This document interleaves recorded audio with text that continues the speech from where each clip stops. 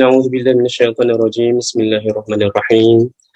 الحمد لله رب العالمين العزيز الحكيم عدد كل حرف يكتب ويكتب الأبد الآبدين ودهر الداهرين. نوينا التعلم والتعليم وتذكر التذكير والنفع والانتفاع والإفادة والاستفادة والحث على التمسك بكتاب الله وسنة رسوله والدعاء إلى الهدى والدلالة على الخير ابتغاء وجه الله ومرضاته وقربه وثوابه سبحانه وتعالى. بسم الله الرحمن الرحيم. الحمد لله والصلاة والسلام على رسول الله وعلى آله وصحبه ومن والاه. أشهد أن لا إله إلا الله وحده لا شريك له وأشهد أن سيدنا محمدا عبده ورسوله.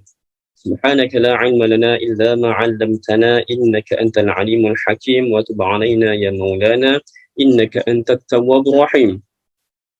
أما بعد، Assalamualaikum warahmatullahi taala wabarakatuh. Boleh dengar tak suara saya? Waalaikumsalam warahmatullahi wabarakatuh. Boleh dengar Ustaz? Boleh, Alhamdulillah. Terima kasih. Okey, macam biasa, okey, sabar.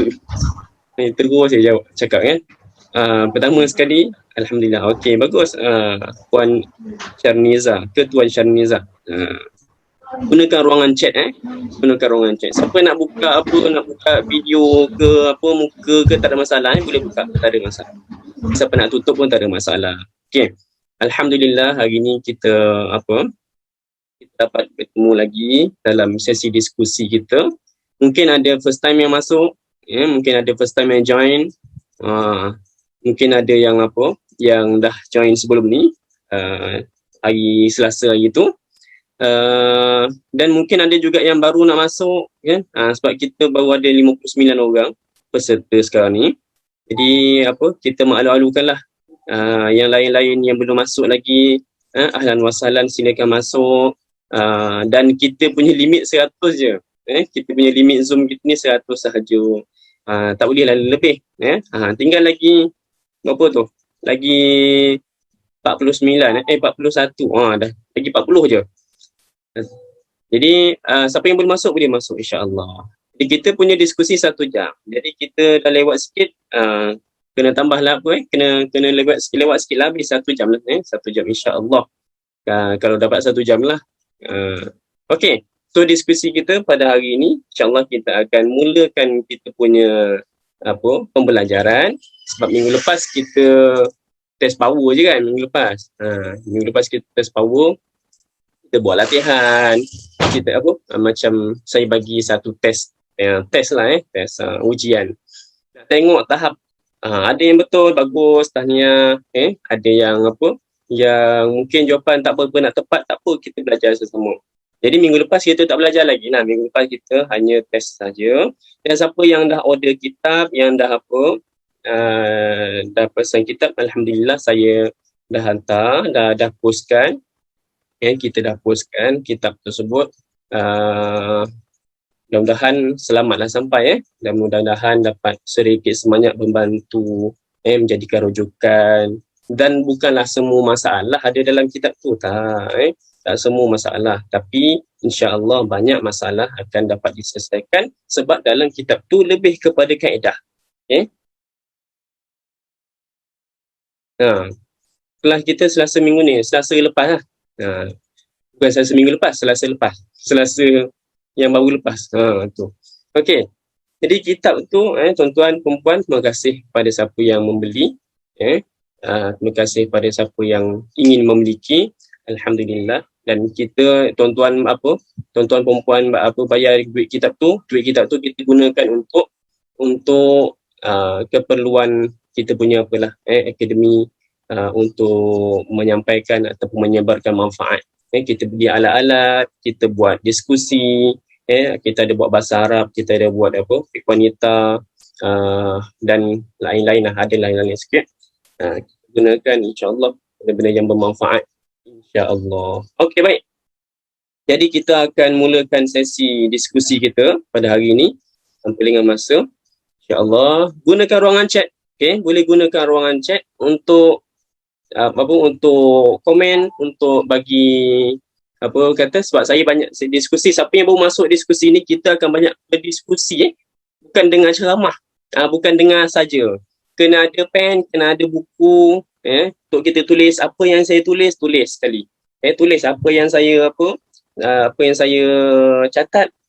Tuan-tuan perempuan pun kena catat juga,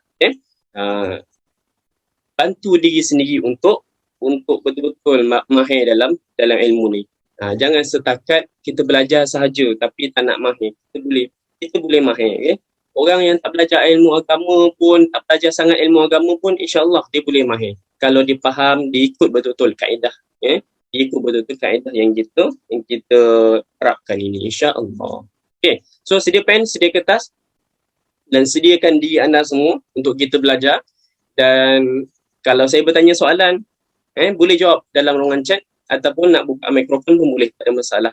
Daripada segenap umur, daripada segenap umur, yang baik anak-anak, baik ibu-ibu, ayah-ayah, abang-abang ke, ataupun yang telah yang lebih berumur daripada tu, nenek ke apa tu, atuk ke belajar juga, tak ada masalah. Boleh bagi feedback, boleh bagi respon dalam ruangan chat ataupun dalam mikrofon. Okay? InsyaAllah. Okay, baik. Kita nak mulakan kita punya diskusi. Saya share dulu skrin. Okay, boleh nampak skrin saya?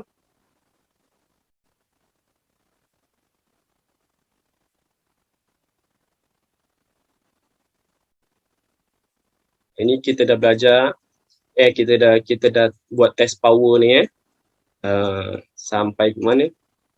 Ini buku kita. Okey. Kita sampai sini kita sampai sini. Okay.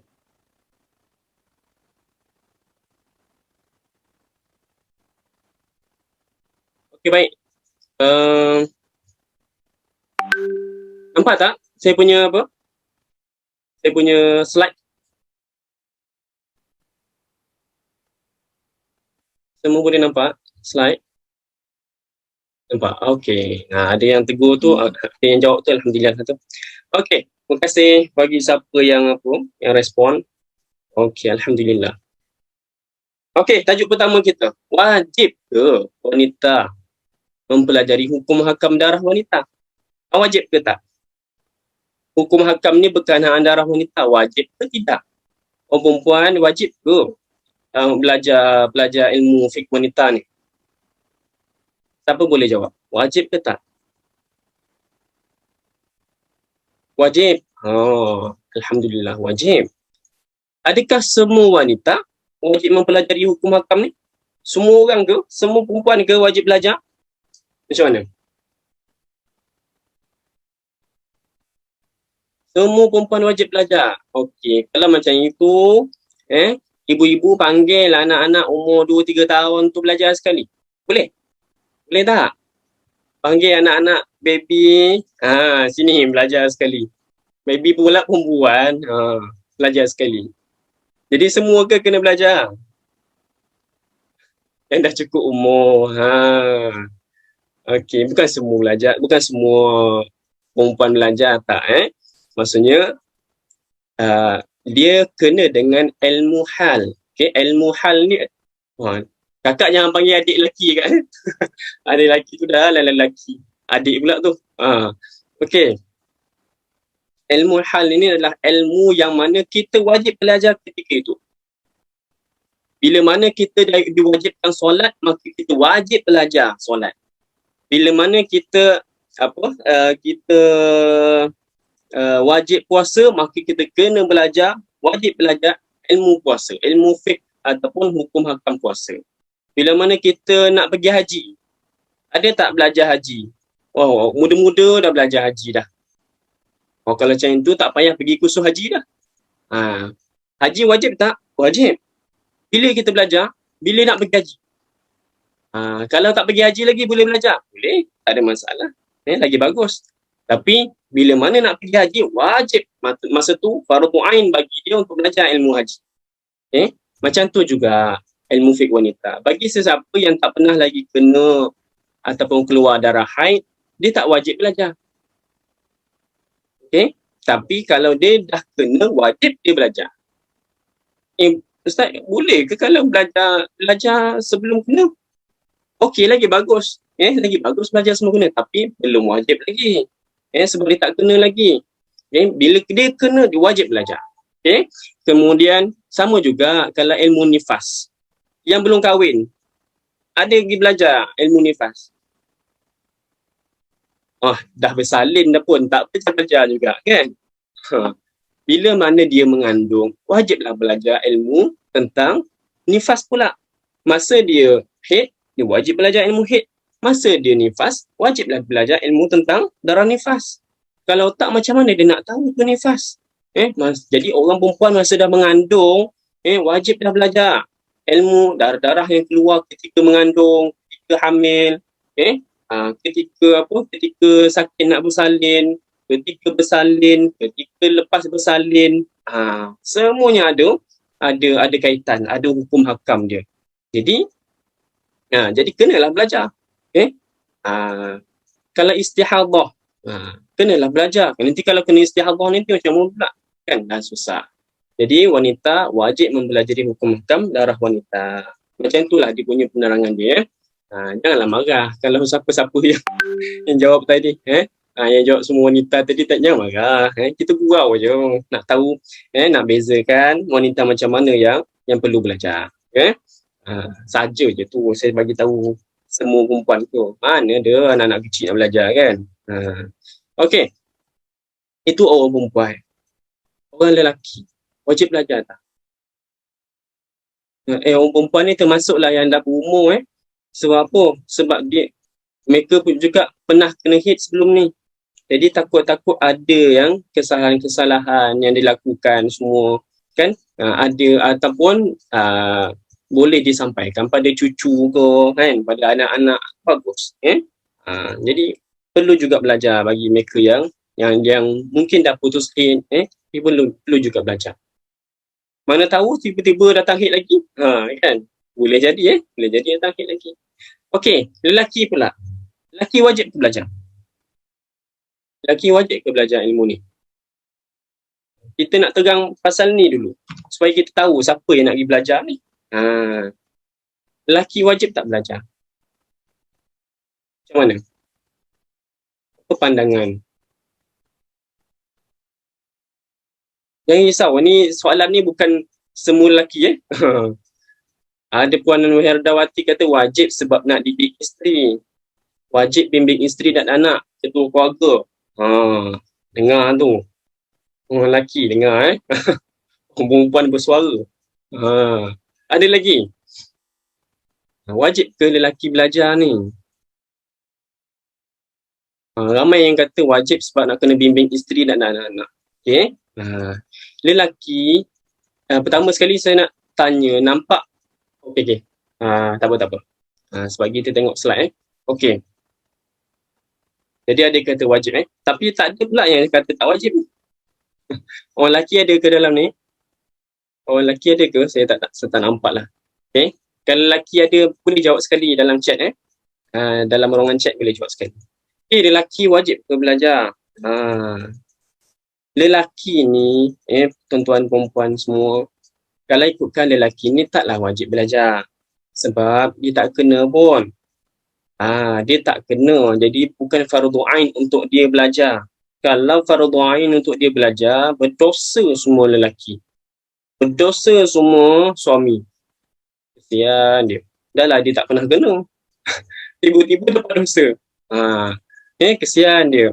Jadi lelaki ataupun suami tak wajib belajar ilmu hukum hakam darah wanita ni, kecuali yang wajib dia belajar adalah yang berkait dengan diri dia.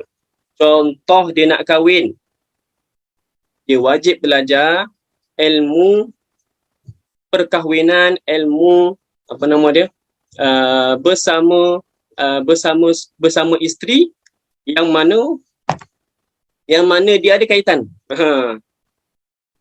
Contohnya dia wajib belajar. Kalau time isteri bila nak bersama isteri dan bila yang tak boleh bersama isteri. Dia wajib belajar benda tu. Masa isteri haid, masa isteri nifas, boleh tak bersama? Tak boleh. Tapi yang mana ada yang bahagian yang boleh bersama. Ada dia punya dia punya penerangan dia. Bukannya tak boleh bersama terus. Tak. Ada bahagian-bahagian daripada tubuh isteri yang boleh dia boleh dia gauli, boleh digauli oleh suami ketika isteri. Tapi kena belajarlah, kena belajarlah bagaimana, dan macam mana dan sebagainya. Kalau isteri je belajar, nanti suami dia tak kira. Kau belajar tu salah tu, kan? Dia bantai juga semua. Tak boleh macam itu. Jadi suami wajib belajar bahagian-bahagian yang tertentu yang berkaitan dengan diri dia. Berkait rapat dengan diri dia. Dalam ilmu fiqh wanita ni. Tapi kalau suami ataupun orang lelaki belajar,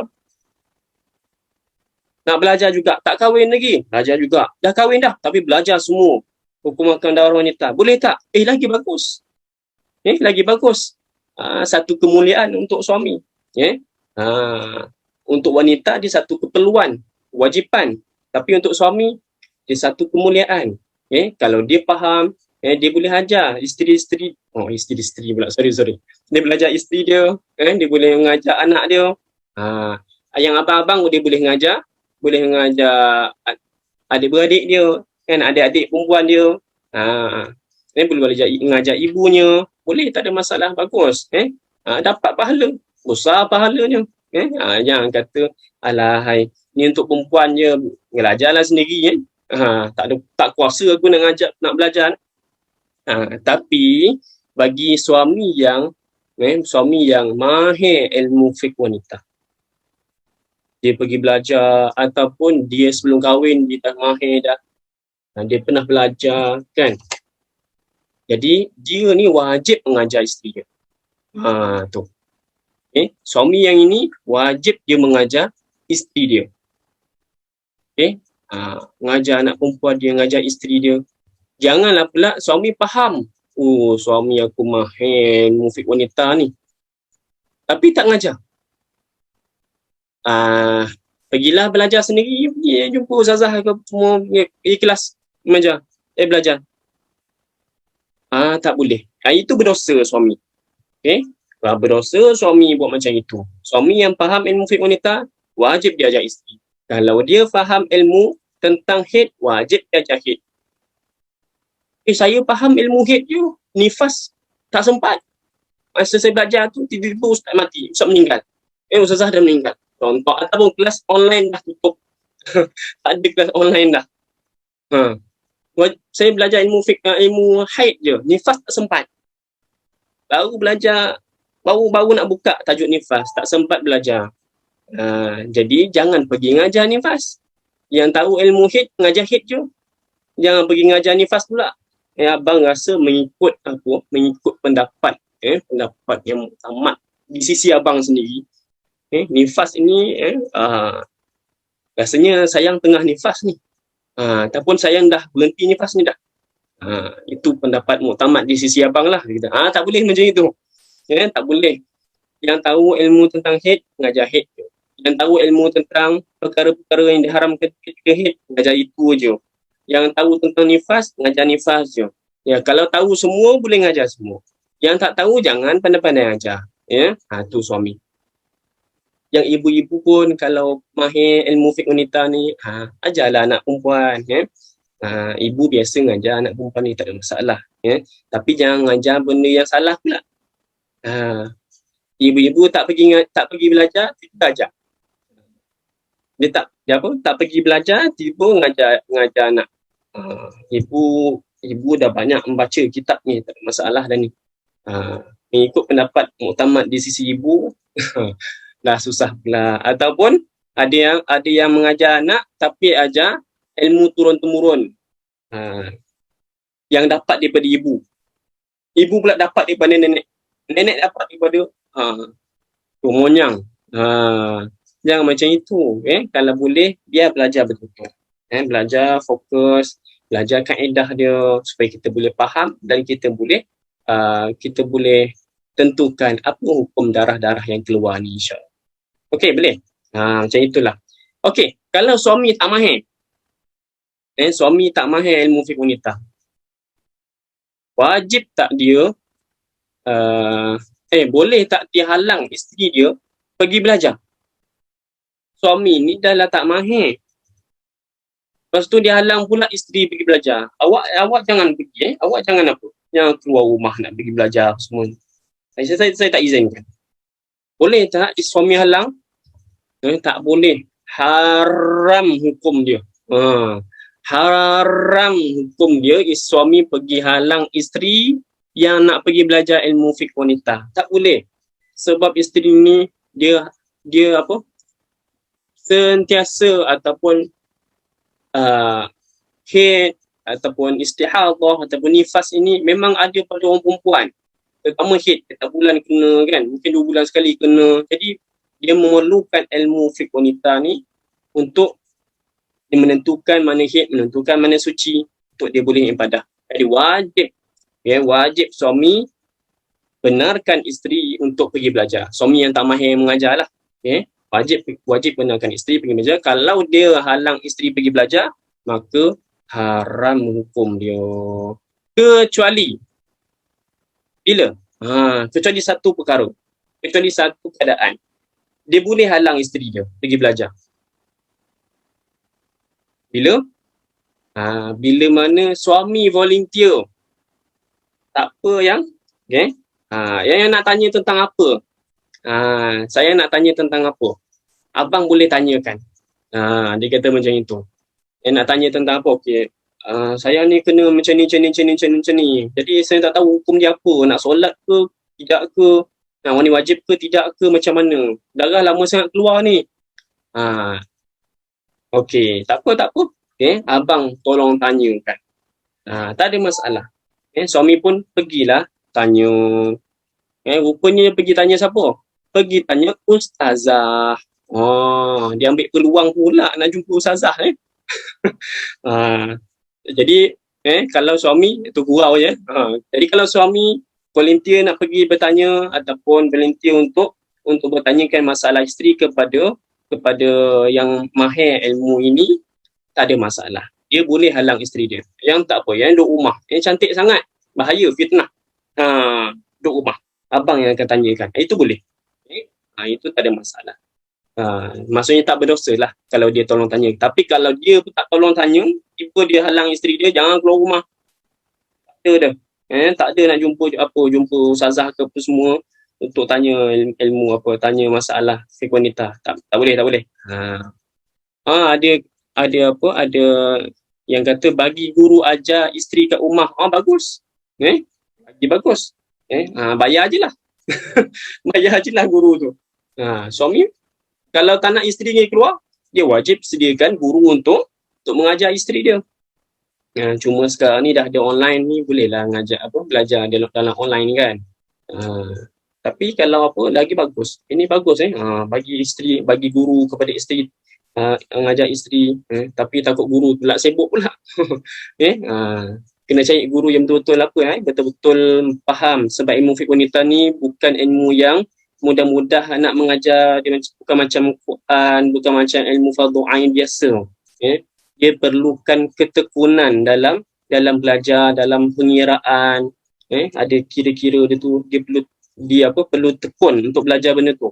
Bukan semua orang boleh mengajar. Jadi kena cari betul-betul guru yang betul-betul boleh mengajar. Puan Syamilah kata masalah haid dan nifas berbeza setiap orang. Tak semua masalah dapat jawab dalam buku. Kena rujuk guru juga. Betul masalah-masalah ni bukan semua permasalahan ada dalam buku. Tapi yang ada dalam buku adalah kaedah. Kaedah itulah yang perlu dikuasai. Kita akan belajar untuk menguasai kaedah. Kalau belajar untuk menguasai permasalahan saja susah sikit. Permasalahan tu adalah praktikal.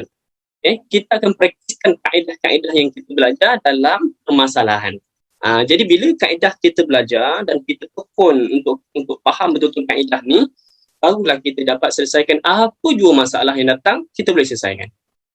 Ustaz,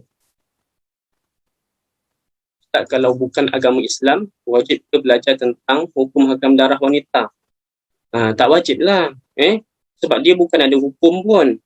Orang yang bukan Islam, dia tak ada hukum wajib ke, sunat ke, harus ke, haram ke, dia tak ada hukum.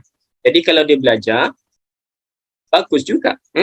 Mana tahu daripada situ terbuka pintu hati dia untuk pintu hidayah untuk dia untuk masuk Islam. Jadi kalau nak kata hukum dia, dia tak ada hukum. Yang ada hukum ni orang Islam. Kalau dia masuk Islam, baru dia ada hukum. Wajib ke, haram ke, sunat ke, harus ke, kan? Okey. Baik, kita terus kepada selanjutnya. Satu lagi, kalau misal kata suami halang isteri untuk pergi belajar ilmu-ilmu yang bukan fardu ain. Contohnya pergi belajar ilmu tentang sirah ke, tentang matematik ke, ataupun tentang ilmu ataupun isteri nak pergi majlis zikir. Suami halang, suami tak kasih. Boleh tak? Boleh. Suami boleh halang. Tak haram hukum dia. Suami halang isteri pergi majlis zikir, pergi belajar ilmu-ilmu yang bukan fardu ain daripada isteri. Itu boleh halang. Tapi kalau ilmu fiqh wanita, dia wajib benarkan isteri pergi belajar. Okey. Selesai. Satu slide. Selesailah satu bab ni, ya. Alhamdulillah. Okey, kita masuk slide seterusnya. Okey, jenis-jenis darah yang keluar dari faraj wanita. Kita mula tadi pukul berapa?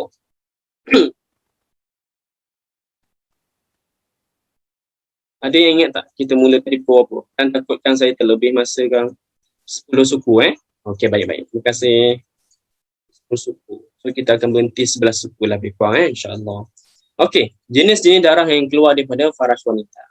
Apa jenis darah yang keluar daripada faraj wanita? Kantoilah ada slide kan? Aduh.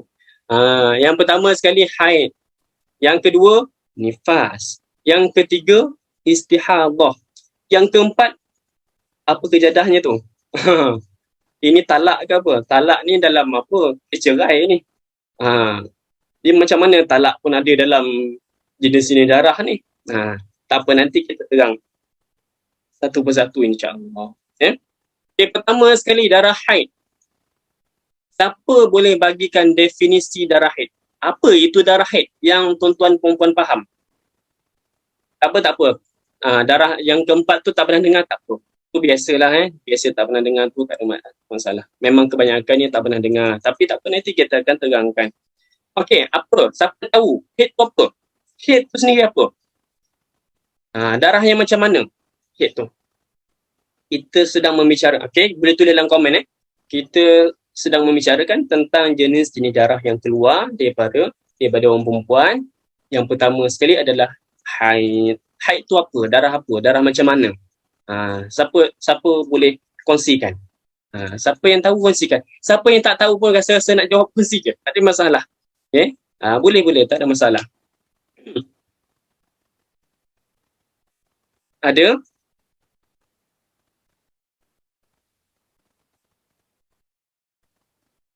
Sebab nak tahu apa kefahaman kita tentang darah haid. Macam mana kefahaman kita? Boleh kongsi, jangan takut. Jangan takut. Tak ada satu jawapan pun ni. Jangan takut. Jawab je. Salah tak salah, jangan kira. Okay? Baik, kita diskusi. Kita diskusi, saya dengar pendapat semua dan kita betulkan mana yang salah dan kita ikut mana yang betul lah. InsyaAllah. Okay, siapa nak kongsikan? Ada? Darah haid. Darah apa? Haid ni.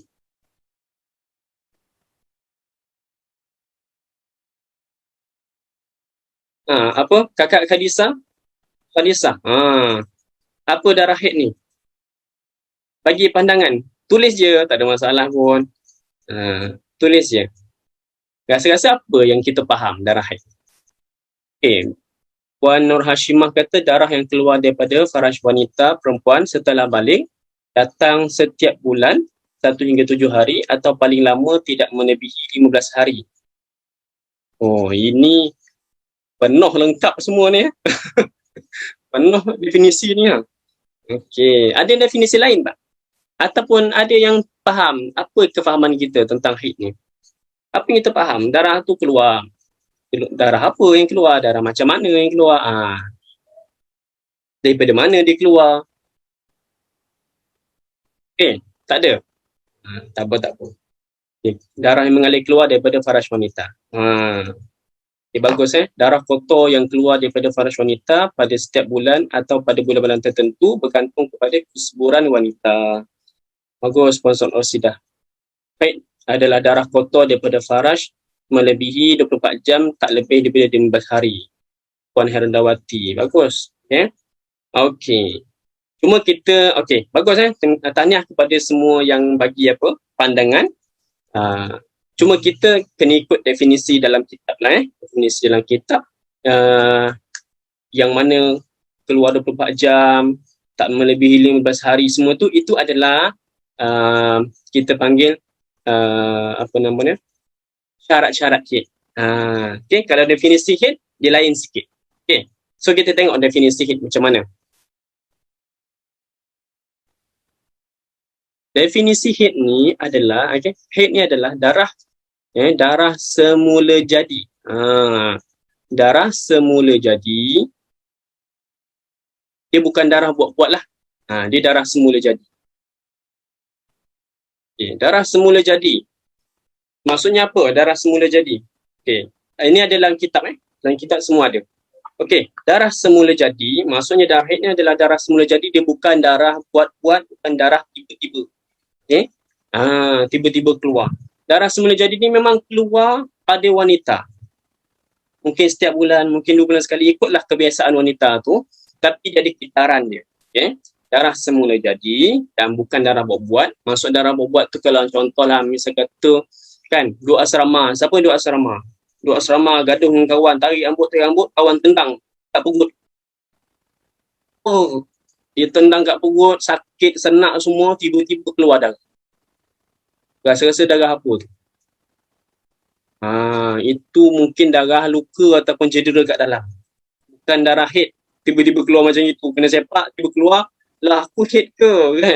Terus tak solat. Tak ataupun apa-apalah ada luka kat dalam ke semua, keluar darah. Itu darah luka, darah cedera. Bukan darah haid. Darah haid ni adalah darah semula jadi. Darah semula jadi yang keluar dari mana dia keluar?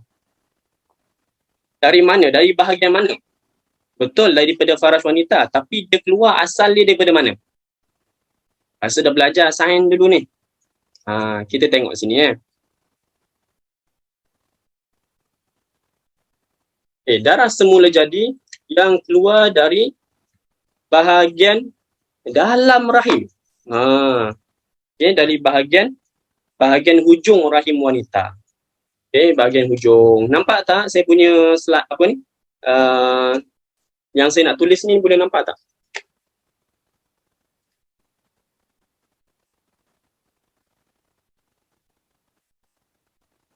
Tengok ni.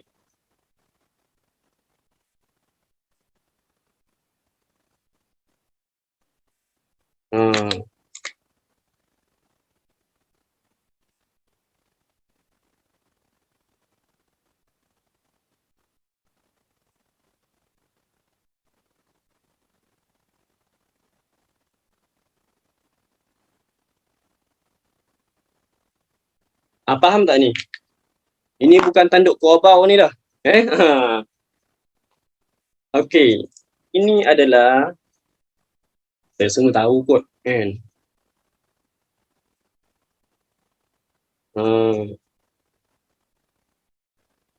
Ni rahim lah ni. Lebih kurang lah Sorry lah saya lukis mungkin tak lawas. Mungkin lah tak pandai sangat lukis. Tapi lebih kurang macam inilah. Lebih kurang macam inilah. Ini rahim. Ini rahim. Jadi rahim wanita dalam rahim ini dalam rahim. Jadi darah haid darah haid adalah darah semula jadi yang keluar dari bahagian hujung rahim. Ini rahim, ini rahim. Ni. Jangan ke bawah lah Ujung rahim ni. Ni ujung-ujung ni. Ni. Darah haid keluar di sini.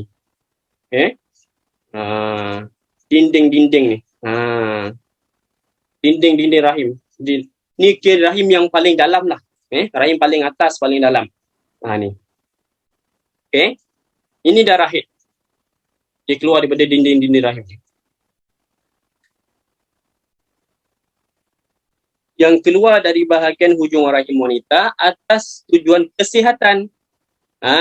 Keluar tu atas tujuan kesihatan. Maksudnya apa?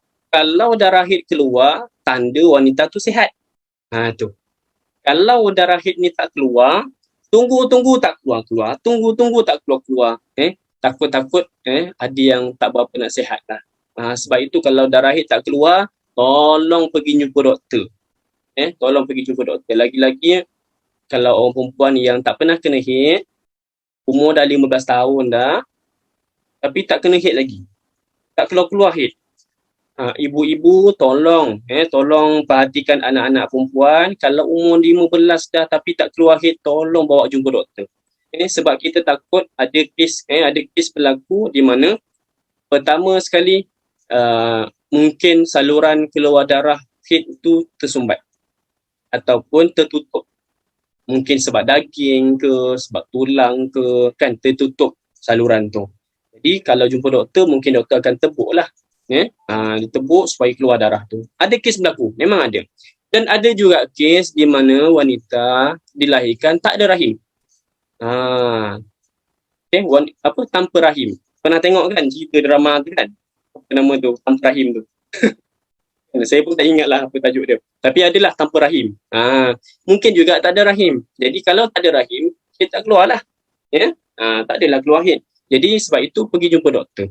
Sebab ada orang yang tak keluar haid tapi kesihatan dia terganggu. Tahap kesihatan terganggu. Jadi siapa yang dah lama tak keluar haid ataupun memang tak pernah keluar haid umur dah 15, tolong bawa pergi jumpa doktor, check. Doktor pakar lah. Okey. Darah yang keluar, darah semula jadi yang keluar dari bahagian hujung rahim wanita atas tujuan kesihatan pada waktu-waktu tertentu. Dia ada waktu dia. Bukan sentiasa keluar darah haid ni. Darah haid bukan darah sentiasa keluar. Dia ada waktu-waktu dia keluar. Okey. Itu saya lukis lain sikit tau. Kali ni dia macam apa sikit lah. Bila tengok gambar rahim tu kan, jauh pula saya lukis yang sebelum ni. Ni lebih hampir-hampir sikit lah. Okey. Itu darah haid. Itu definisi darah haid. Okey, darah yang kedua. Apa dia darah kedua?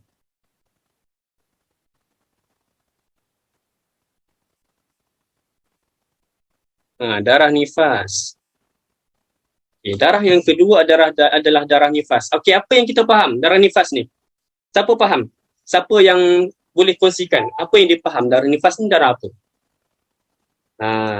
Kalau definisi darah haid tadi, darah yang keluar, darah semula jadi yang keluar daripada bahagian hujung rahim wanita atas tujuan kesihatan pada waktu-waktu tertentu.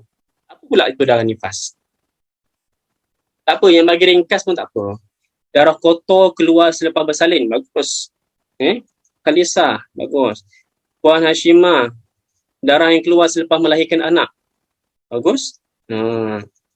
Ibu yang bersalin, Puan Mai, ibu yang bersalin. Bolehlah. Bolehlah. Darah selepas bersalin. Okey, semua faham. Semua mudah faham darah selepas bersalin kan? Puan Rafidah kata darah selepas bersalin dan keguguran. Bagus. Okey. Bagus Puan Rafidah.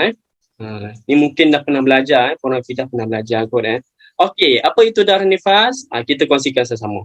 Darah nifas ni adalah darah yang keluar. Okey, tulis. Ini penting ni. Walaupun nanti dapat buku, tapi kalau kita tulis lagi bagus. Saya pernah jumpa dekat masa kita buat diskusi dekat UiTM Seremban 3, UiTM Seremban 3. Ada seorang pelajar ni, dia tulis serba-serbi. Apa yang diskusikan selama sejam setengah, 2 jam tu, hampir 2 jam, dia tulis cantik nota dia. Saya simpan lagi gambar tu. Memang cantik tulisan dia. Dia lukis semua kan. Okey. Jadi darah nifas, okey, sabar Puan Hasliani ya. Puan Hasliani kita akan jawab lepas ni insya-Allah. Kita belajar ni dulu apa beza nifas dan wiladah? Kena ikuti diskusi ni sentiasa. Nanti kita akan terangkan apa beza nifas dengan wiladah ni. Okey. Nifas adalah darah yang keluar setelah kosongnya rahim dari kandungan. Itu dia. Definisi yang sangat-sangat lengkap. Darah yang keluar setelah kosongnya rahim dari kandungan. Disebabkan bersalin atau keguguran. Macam Puan Rafidah cakap tadi. Darah tu keluar daripada dalam rahim lah. Selepas bersalin, darah yang keluar selepas kosongnya rahim dari kandungan. Maksudnya apa? Darah nifas ni, dia mesti rahim tu kosong. Tak ada apa-apa janin ke kandungan tu. Dah kosong, lepas tu baru keluar darah, maka itu adalah darah nifas. Tak kosong lagi, itu belum lagi kira darah nifas. Tak kosong lagi, belum lagi dikira darah nifas. Dan nifas mesti lepas kosong rahim dari kandungan, sama ada disebabkan dia bersalin ataupun keguguran. Nak faham tak? Faham tu? Boleh faham tapi kita sekalikan dengan latihan supaya kita mudah faham. Lagi mudah kita nampak, lagi mudah kita faham. Okey. Macam mana tu? Macam ni Okey. Seorang perempuan, seorang perempuan yang mengandung, hamil dan nak bersalin. Dia bersalin pada contohlah dia bersalin pukul 7 pagi. Dia bersalin pukul 7 pagi. 7 pagi bersalin ni maksudnya dia masuk labor room pukul 6 pagi pukul 6 pagi masuk labor room. Bukan masuk rumah ni labor room ni. Macam itulah lebih kurang ni labor room.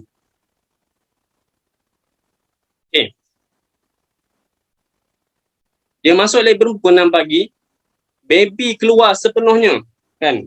Doktor tarik semua, rahim kosong, baby keluar sepenuhnya, rahim kosong pukul 7 pagi. Tu baby tu. Tu baby. Baby keluar. Pukul 7 pagi.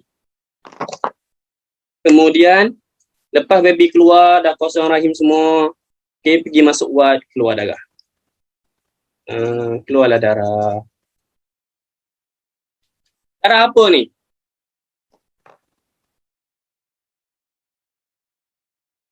Darah apa ni? Nifas. Wiladah nanti kita belajar insya-Allah. Nifas. Bagus. Inilah darah nifas. Lepas baby lahir semua, habis kosong rahim, barulah keluar darah, maka itu darah nifas. Kalau darah keluar sebelum baby lahir, itu bukan darah nifas. Beberapa hari belum lahir lagi, belum lagi darah nifas. Dah masuk labor room, anak tak lahir lagi, dah keluar darah, belum dikira nifas. Nifas mesti lepas kosongnya rahim dari kandungan, selepas bersalin ataupun keguguran. Orang gugur, wanita gugur. Doktor kata minta maaf lah. Disebabkan tekanan terhadap janin awak, sebab awak jatuh tu, baby awak keguguran. Bukan baby, janin. Masa tu dia baru mengandung baru lagi 2 bulan mengandung. Ataupun 3 bulan mengandung. Doktor kata dah gugur. Kesian dia. Jadi bila gugur, dia mesti ada macam gumpalan darah ataupun ketulan darah ataupun gumpalan daging yang menandakan orang tu baru mengandung. Janin tu baru nak membentuk kan. Jadi kena tunggu. Doktor kata semua gumpalan rahim dah kosong. Tak ada dah gumpalan daging ke ketulan darah ke, tak ada dah. Bila tak ada, dah kosong rahim, keluar darah lepas tu, barulah dikira darah nifas. Okay? Kalau keluar darah, tapi doktor kata rahim ni belum kosong lagi, ada lagi ni. Ada lagi janin, ada lagi ketulan darah, janin ni ada lagi gumpalan daging tu ada lagi. Tapi darah keluar. Itu belum dikira darah nifas lagi. Tunggu sampai habis, baru darah nifas. Ini kaedah kita panggil. Okay? Ini kita panggil kaedah. So, kena faham. Jangan nanti bila saya kata, baby lahir. Masa baby tengah bersalin, keluar kepala dia. Kan? Keluar kepala, tapi ada keluar darah sekali. Darah apa tu? Jangan pula kata darah nifas. Itu belum lagi nifas. Tunggu baby keluar semua. Ataupun kalau yang gugur, tunggu keluar baby yang gugur ataupun ketulan darah, gumpalan daging tu keluar semua, barulah dikira darah nifas yang keluar selepas itu. Okay, faham? Nampak kat situ? Satu-satu. Jangan kelapar semua. Kita belajar satu-satu supaya faham. Okay? Bukan senang perempuan ya. Saya belajar 4-5 tahun dekat Mesir benda ni. Jadi tuan-tuan nak faham dalam 4-5 jam susahlah ya. Okey, baik. Satu-satu. Saya suka terima kasih pada pihak penganjur buat 1 jam. Saya suka ajar sikit. Yang penting kita faham, okey? Okey, itu darah nifas. Okey. Lepas ni jangan tanya lagi, Ustaz, anak saya keguguran. Lepas gugur tu semua tu keluar darah. Darah apa tu? Darah nifas lah. Darah nifas. Walaupun orang gugur, dia tetap ada darah nifas kalau keluar. Dah kosong rahim semua. Keluar nifas tak? Keluar darah tak? Keluar. Itu darah nifas. Kalau tak keluar, maksud tak adalah nifas dia. Tak keluarlah darah nifas dia. Bersalin. Dah selesai bersalin, tak keluar darah. Tunggu, tak keluar darah. Tak keluar langsung. Sampai lebih 15 hari dah lepas salin. Tak keluar darah. Tak adalah nifas dia. Tak adalah nifas dia. Okey. Tak apa, tu nanti kita akan bincang. Apa kena mengenai 15 hari tu? Nanti sabar Okey. Baik. Selepas darah nifas, darah apa? Lepas darah nifas, kita ada darah istihadah. Sorry lah, meja saya ni meja kanak-kanak kan. Okey, darah istihadah. Apa maksud darah istihadah? Darah istihadah ini, okey, siapa faham? Secara singkat je, secara ringkas lah. Darah istihadah ni apa?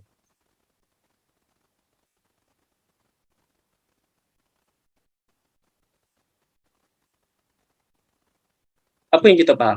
Darah penyakit, bagus Kalisa. Darah penyakit. Selepas tempoh darah nifas. Selepas tempoh darah nifas, antaranya. Selepas haid pun istihadah juga kan. Ada lagi. Darah keluar lebih 15 hari. Tak apa, nanti kita belajar biasa orang biasa cakap kalau darah istihadah ni darah penyakit tu je. Biasanya orang akan cakap darah istihadah ni darah penyakit. Macam tu. Okey, kita tengok apa definisi istihadah yang sebenar. Okey. Darah istihadah adalah darah yang keluar daripada bahagian bawah rahim. Rahim yang bawah. Bahagian rahim dia ada yang hujung, dia ada yang bawah dia. Maksudnya yang bawah ni kat mana? Yang bawah kat sini. Ni bahagian bawah dah ni. Sorry lah saya letak pen biru. Dapat beza lah sikit dengan ni kan, darah kan. Okay, ni bahagian bawah ni. Ni rahim juga tapi dia bahagian bawah. Lebih kepada macam cervix. Kalau orang perempuan tahu kanser cervix kan, kanser pangkal rahim. Ni bahagian dia lah. Okey, kenapa? Okey. Darah yang keluar dari bahagian bawah rahim, bila dia keluar? Bila dia keluar? Bukan pada hari-hari haid dan nifas. Darah tu keluar daripada bahagian bawah rahim, bahagian rahim yang bawahnya bukan pada hari-hari haid dan bukan juga pada hari-hari nifas. Kalau keluar pada hari haid, maka dia haid. Kalau dia keluar pada hari-hari nifas, maka dia nifas. Jadi dia bukan keluar pada hari haid dan hari nifas. Kenapa dia keluar? Disebabkan oleh penyakit atau kerosakan urat dalam rahim. Okay? Istihadah ni biasa dia keluar sebab penyakit atau sebab kerosakan urat dalam rahim. Darah haid keluar sebab penyakit ke? Tak. Darah haid keluar sebab atas tujuan kesihatan. Tapi istihadah kalau keluar, dia ada tanda-tanda sakit. Ada mungkin macam-macam kemungkinan lah sakit tu. Boleh jadi mungkin ada biasanya mungkin stres belajar, stres kerja kan. Orang perempuan biasa kena istihadah ni, tiba-tiba keluar darah lama pula, keluar darah ni kan lebih pula 15 hari ni. Budak asrama stres kan, bukan stres belajar, stres clash dengan awet dia. Aduh susah lah. Orang yang bekerja sebab itu budak-budak budak-budak sekolah relax je. Kalau clash dengan boyfriend ke, relax je, buat relax je kan. Kalau tak nanti keluar istihadah dah susah kan. Belajar pun relax je, belajar smart, kena smart belajar. Jangan stres-stres. Biasa orang stres ni mulalah tak menentu lah, istihadah keluar lah kan. Jadi yang bekerja jangan stres. Tenang sentiasa, tenang sentiasa, jangan stres-stres. Okey. Itu disebabkan oleh penyakit ataupun kerosakan urat. Mungkin boleh jadi kalau siapa yang keluar darah lama sangat, tolonglah jumpa doktor. Tolonglah jumpa doktor. Kalau siapa keluar istihadah lama sangat, ya Ustaz, saya keluar istihadah sebulan, 2 bulan tak berhenti Ustaz. Apa darah keluar ni macam mana? Mana satu haid, mana satu istihadah? Tolong jumpa doktor dulu. Sebab apa? Takut ada masalah pada rahim. Mungkin ada ketumbuhan ke, kanser ke, ataupun thyroid ke, ataupun apa-apa je lah yang menyebabkan darah istihadah keluar. Tolong jumpa doktor, dapatkan rawatan. Itu sangat-sangat penting. Sangat-sangat penting. Okey. Dan darah istihadah ni juga disebut darah fasad. Okey. Ada orang terjemahkan darah fasad ni sebagai darah rosak. Tapi saya dalam buku ni saya tulis darah fasad. Fasad ni maksudnya kerosakan. Tapi dalam buku saya tulis darah fasad. Maksud dia rosak lah tu. Tapi senang cerita, istihadah ni sama macam darah fasad ke darah istihadah ke, sama hukum dia. Sama hukum dia. Kalau yang keluar tanda coklat-coklat tu Ustaz macam mana? Keluar tanda-tanda coklat. Tu mungkin masuk dalam keputihan, tapi tak apa, tu nanti. Dia kena bezakan, mungkin ada keputihan, mungkin ada ikut tengok hari dia. Apa itu nanti kita belajar satu-satu insya-Allah. Kalau doktor dah sahkan jantung baby dah berhenti dan ada darah yang mula keluar, tetapi baby masih belum dikeluarkan sebab keguguran, adakah itu darah istihadah?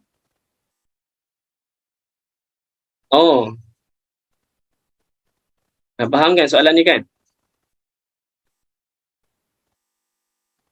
Doktor sahkan dia keguguran sebab baby jantung tak berfungsi, jantung berhenti, denyutan jantung berhenti dan disahkan meninggal dunia dalam perut kan. Ada darah keluar tapi baby tak keluar lagi. Adakah darah tu darah istihadah? Darah ni darah nifas ke bukan? Bagus soalan ni Puan Nur. Darah ni darah nifas ke bukan? Baby tak keluar lagi dan masih dalam perut, masih dalam proses nak keluarkan sebab keguguran, tapi keluar darah. Darah tu darah nifas ke bukan? Bukan, baby tak keluar. Okey, bagus. Bukan nifas. Jadi Puan Nur kata, Puan Nur tanya, adakah itu darah istihadah? Nanti kita belajar. Sikit lagi.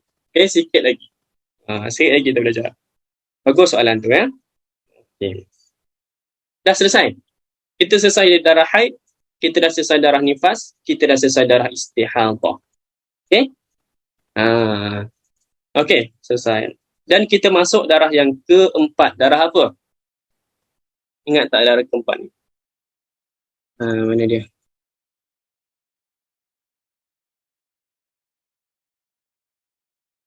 Darah apa tu? Yang keempat. Darah bukan tal. Bukan apa? Bukan talak. Bunyi dia apa? Bunyi dia tol. Kalau dalam apa tulisan Arab dia o lam qaf. Tol. Okey? Cuba sebut sama. Tol. O lam qaf tol. Tol ini dalam bahasa Arab. Dalam bahasa Melayu senang je. Dalam bahasa Melayu, darah ni dikenali sebagai darah sakit bersalin. Okey? Darah sakit bersalin. Dia boleh keluar sebelum bersalin, hampir-hampir bersalin. Dia boleh keluar semasa bersalin. Tu. Okey? Darah talq. Apa definisi darah talq? Definisi dia apa?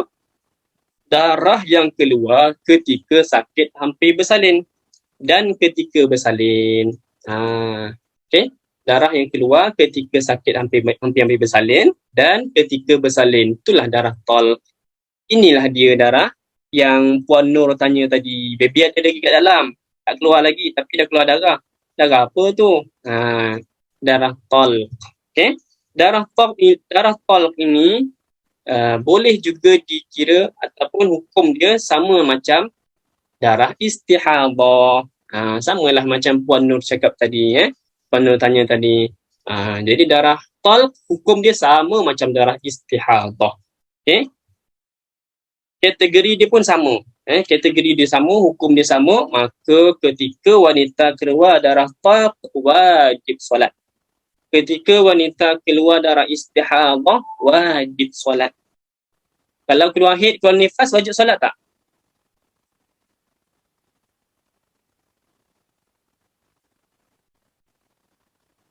Wanita keluar darah haid, keluar darah nifas, wajib tak solat? Tak wajib kan? Tak wajib. Tapi kalau keluar darah istihadah ataupun darah talq, wajib solat.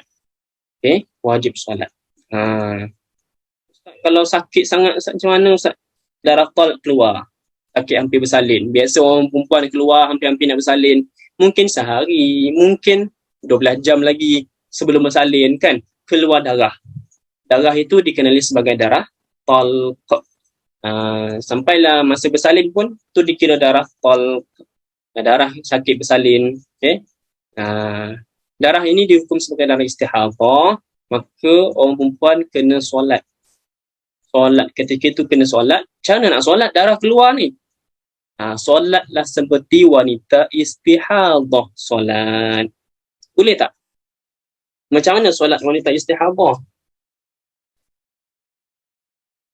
Sabar. Okey.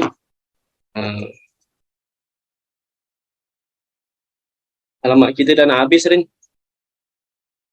Okey. Nampak? Sorry. Tak nampak pula. Kita tengok kita punya whiteboard.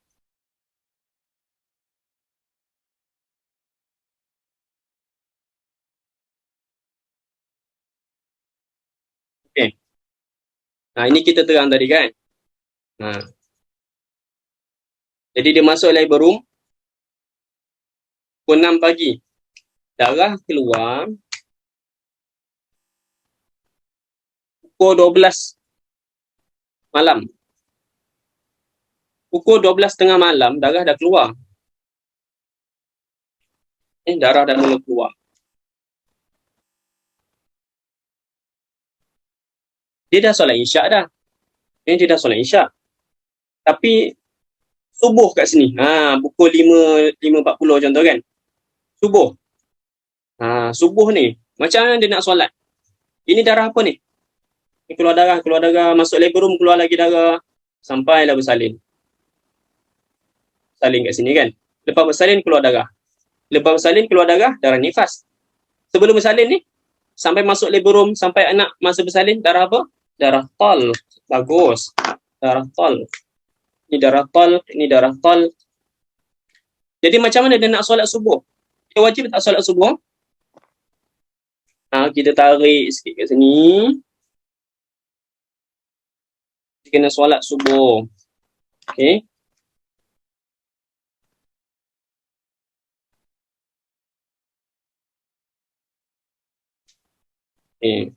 Wajib solat subuh. Jadi macam mana dia nak solat subuh? Darah keluar ni. Dia wajib solat subuh ataupun wajib solat seperti mana wanita istihadah solat. Macam mana wanita istihadah solat? Yang ini ramai orang perempuan kena perhatikan betul-betul. Takut tersalah buat. Kita nak terang sebab kita masa kita dah habis ni, kita nak terang ke ataupun nak sambung minggu depan? Bagaimana wanita istihadah nak solat? Sambung. Teranglah ya. Okey, baik. Okey, sabar. Okey, macam mana wanita istihadah nak solat ataupun darah haid keluar? Pertama sekali, perkara pertama sekali, kalau tulisan saya tak nampak, tolong bagi tahu Pertama sekali,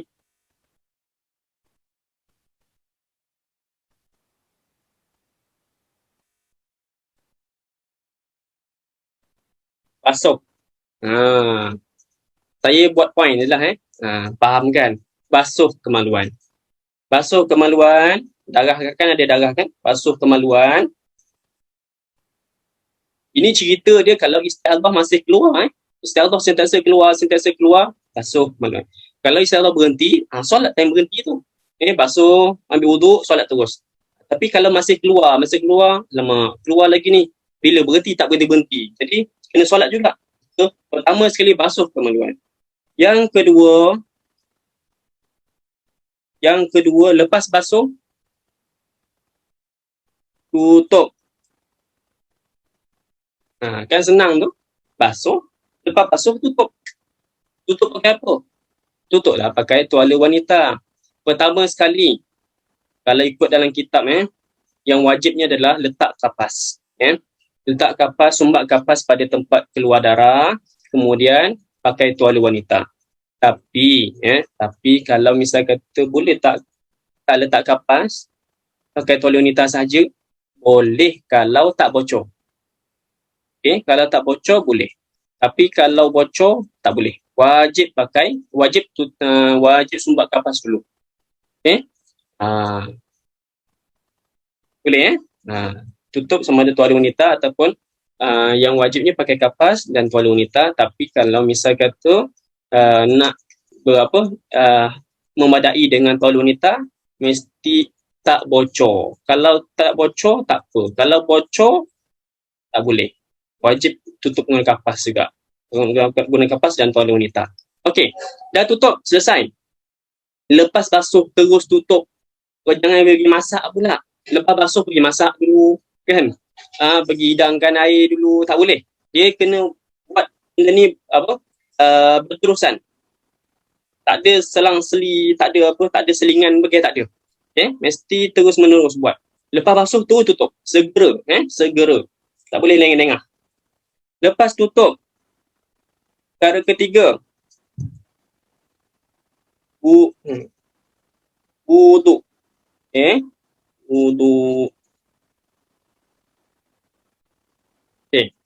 Wuduk ni, dia ada syarat je. Lepas basuh, tutup. Lepas tutup, segera berwuduk. Tak boleh lengah. Tapi wuduk ni ada dua syarat. Syarat pertama wuduk ni, mesti masuk waktu.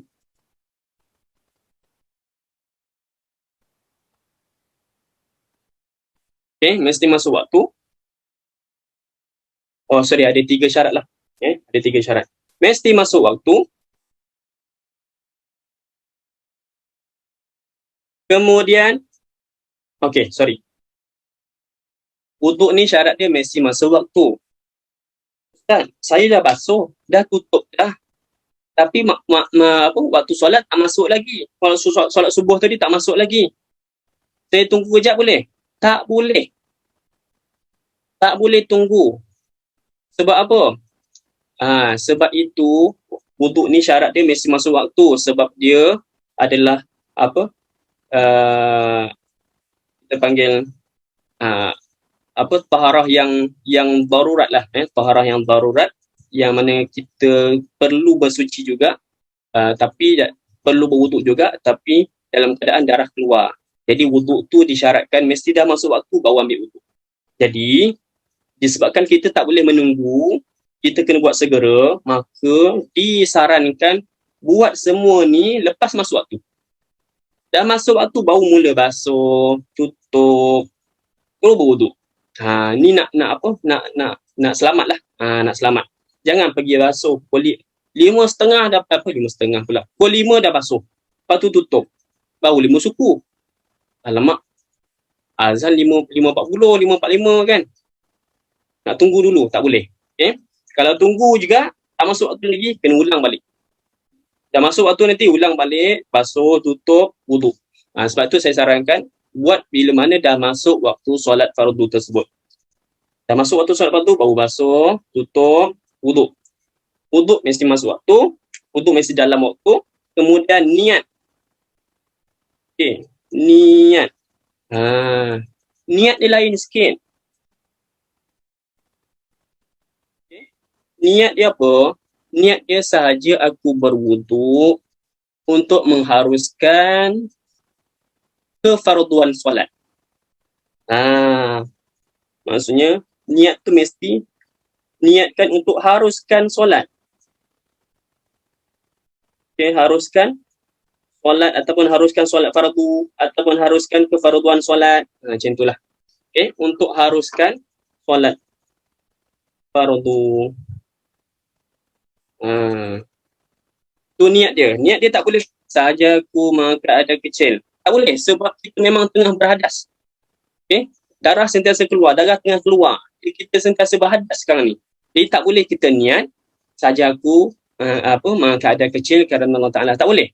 Kita kena niat sahaja aku berwuduk untuk mengharuskan kefarduan solat ataupun untuk mengharuskan solat fardu. Okey. Benda yang sama juga kalau wanita kencing tak lawas, kalau wanita ada kentut tak lawas, asyik terkentut je kan. Jadi kalau asyik terkentut macam mana nak solatnya? Macam ni lah juga, sama cara dia. Tapi kalau kentut tak payah basuh lah. Tak payah basuh, tak payah tutup. Kalau kentut. Tapi kalau kencing tak lawas kena basuh, kena tutup, wuduk. Okay? Dah masuk waktu, mesti niat untuk haruskan solat fardu. Boleh. Okey, puan siapa iPhone? Ingat puan iPhone tadi. Okey, darah istihadah ada tanya dalam ni. Lepas solat fardu, boleh teruskan solat sunat tanpa ambil wuduk semula? Boleh. Tak ada masalah. Satu lagi point. Wuduk kita ni, dengan cara kita ni, tiga perkara ni buat untuk kena ulang balik basuh tutup wuduk ni, kena ulang setiap solat fardu. Okay, ulang untuk setiap solat fardu.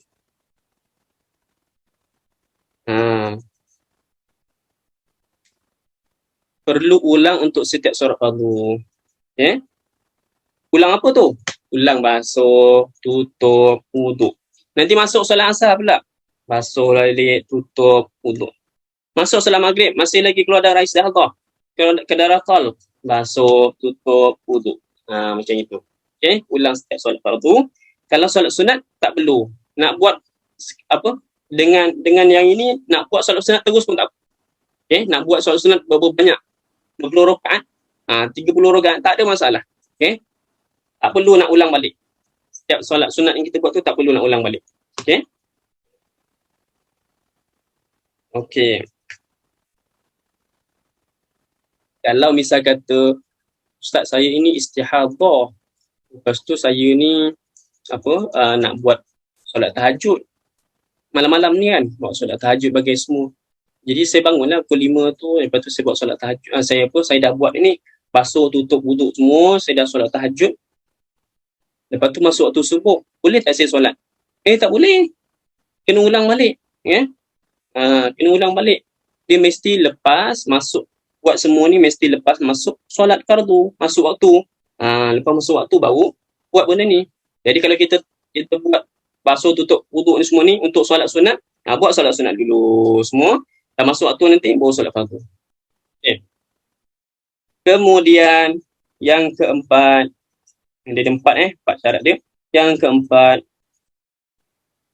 solat. Perlu segera basuh, segera tutup, lepas tu segera berwuduk, kemudian segera solat. Okey, lepas wuduk tu pakai telekong tak ada masalah. Solat kena cepat, kena segera bukan solat cepat. Maksudnya cepat-cepat pergi solat. Cepat-cepat pergi solat. Tak boleh lah lepas berwuduk, abang balik rumah, abang sampai rumah, okey pergi angkat, pergi apalah, ambil beg siung suami, letakkan dalam bilik, lepas tu layan suami, nak apa abang teh, okey sediakan teh pula, tak boleh. Kena terus pergi solat, tapi tak boleh lengah kecuali kalau disebabkan perkara-perkara atau maslahat solat. Disebabkan maslahat solat tak apa. Contohnya apa? Contohnya tunggu jemaah, contohnya tunggu imam tak sampai lagi. Contohnya tunggu iqamat, ataupun contohnya nak tunggu apa? Bukan tunggu, pakai telekong. Itu pun maslahat solat lah tu. Ataupun solat sunat qabliyah, boleh, tak ada masalah. Itu. So 4 perkara kena buat segera. Dan inilah perkara yang perlu dibuat sekiranya wanita tu istihadah ataupun keluar darah talq ataupun kencing tak lawas. Tu. Yang kentut tak lawas tu sama je lebih kurang, tapi tak ada basuh, tak ada tutup. Nanti kita akan cerita dalam ni lah, dalam adalah cerita dia dalam tu. Okay, sahabat, saya nak tengok soalan ni jap. Banyak pula soalan.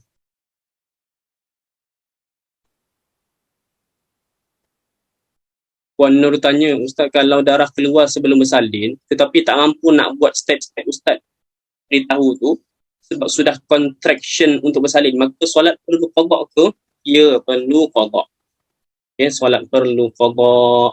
Sebab kalau kita tak mampu, dah sakit sangat kan, dah lah misi tu kata apa, puan kena solat kau nak suruh aku solat, aku tengah sakit nak beranak kan. Biasa sebab misi tu belajar tau. Misi tu ustaz ada ajar dekat apa, ustaz tu ada ajar dekat hospital ke semua tu. Kena suruh orang solat. Kalau dia tak nak, terpulang lah kat dia. Yang penting kita dah suruh kan. Macam tu lah lebih kurang. Sebab waktu tu wajib solat.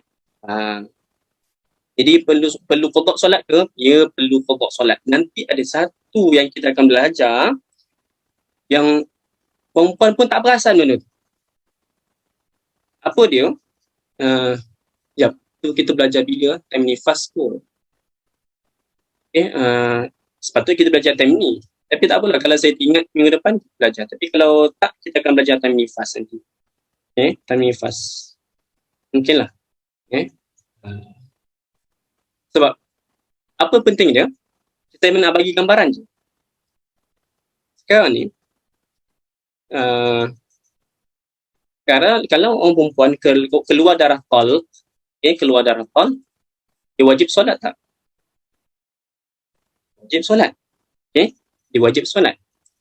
Sekarang ni darah talq keluar, kemudian dia masuk labor room pukul 12.30 hari. Dia masuk labor room pukul 12.30 hari, kemudian dia contraction sebagai semula. Kemudian pukul 1,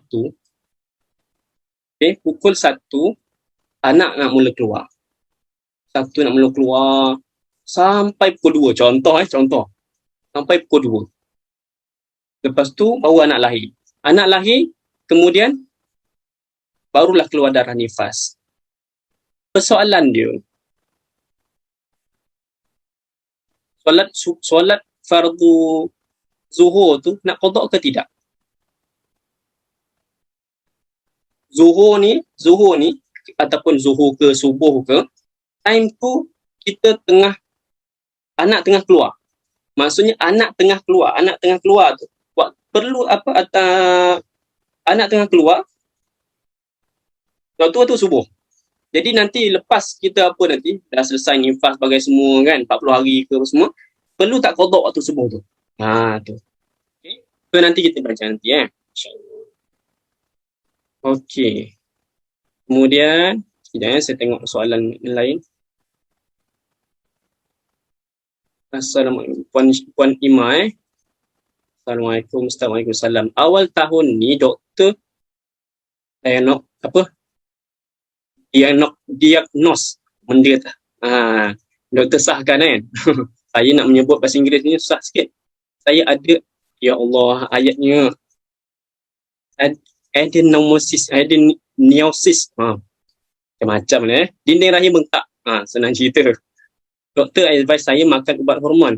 Ikut doktor katanya sepanjang makan ubat hanya akan stain period sahaja. Stain period je. Okay, stain period je. Mana pergi dia? Okay.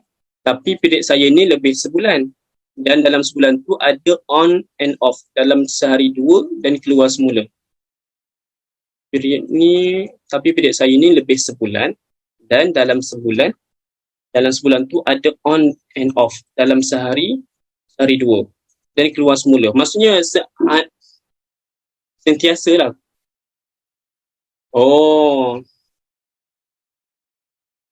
Dalam sebulan tu ada on off sehari dua lepas tu keluar balik, macam tu lah kan. Tu kira darah istihadah ke Ustaz? Maksudnya tak pernah keluar lama lah, keluar stain saja. Itu mana nak cakap tu? Kena apa tu? Saya kena ada penjelasan lain. Saya kena ada banyak penjelasan lain. Kalau nak segera kena kontak nanti kena kontak saya. Nanti minta dekat urus dia. Ejaan Jawi talak apa Ustaz? Lam qaf. Bagus. Puan Nur Syah dia sebut tu. Lam qaf talak. Keluar, Nur Ayuni, keluar darah sangat sedikit, tak apa ke tak tutup? Sangat sedikit tu macam mana? Kalau keluar juga darah kena tutup. Wajib tutup. Ini wajib ni bukannya tak wajib Kalau tak keluar darah, tak payah tutup. Maksudnya kalau tak keluar darah, tak payah basuh, tak payah tutup. Terus berwuduk. Tapi kalau keluar darah, kena basuh dan kena tutup. Ejaan macam talak ceraya.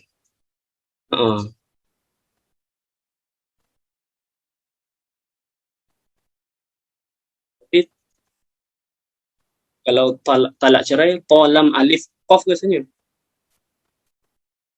Mohon untuk Ustaz untuk keluar Ustaz sebab ada urusan lain. Okey. Maybe untuk kelas lepas ni kita ikut. Pagi. Tak adil juga untuk mereka yang telah hadir tepat masa. Maaf Ustaz, sedikit pandangan. Terima kasih. Minta maaf lah ya. Puan Syarifah Nur. Syarifah. Zuhur kena qada. Jangan risau sebab insyaAllah kita ada rakaman. Jangan risau. Zuhur kena qada.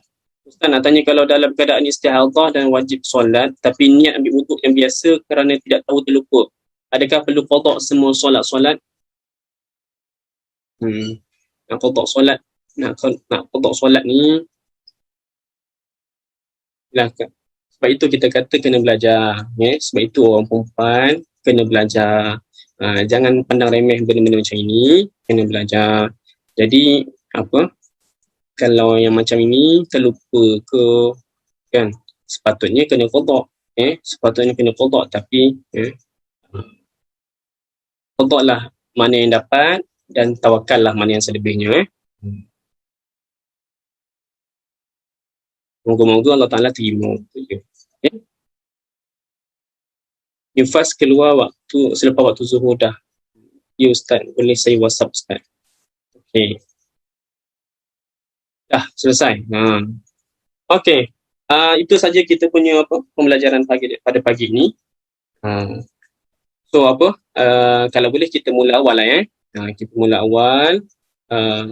Tak naklah macam tadi. Tadi lambat sangat rasanya. Sebelum ni Selasa hari tu kita mula awal je. Tapi hari ni kita mula lambat sikit. So kalau boleh mula datang awal sikit, masuk awal sikit. So kita boleh mula awal 10-5 minit pun okey dah.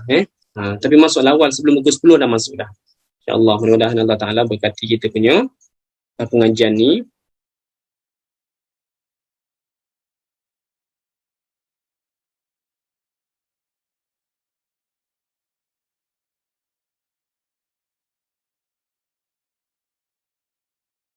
Puan Erni Amira nanti Puan Erni Amira dia tanya soalan tu, nanti kita nanti WhatsApp minta kat Rusti okey.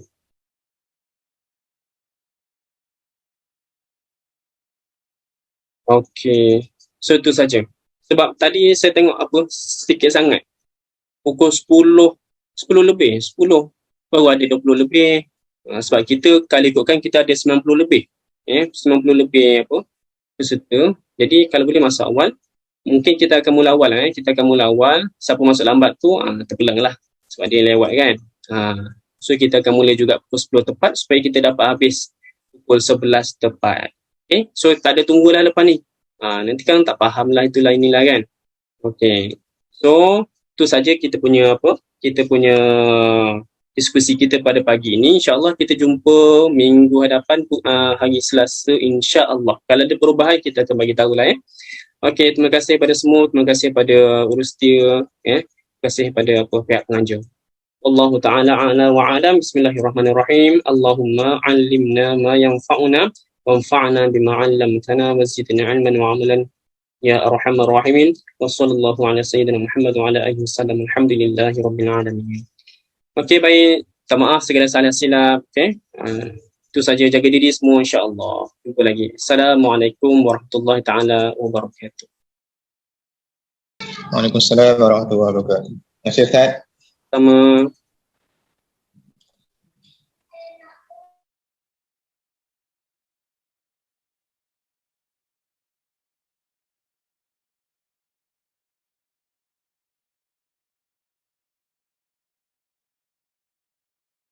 Okey, saya stop lah semua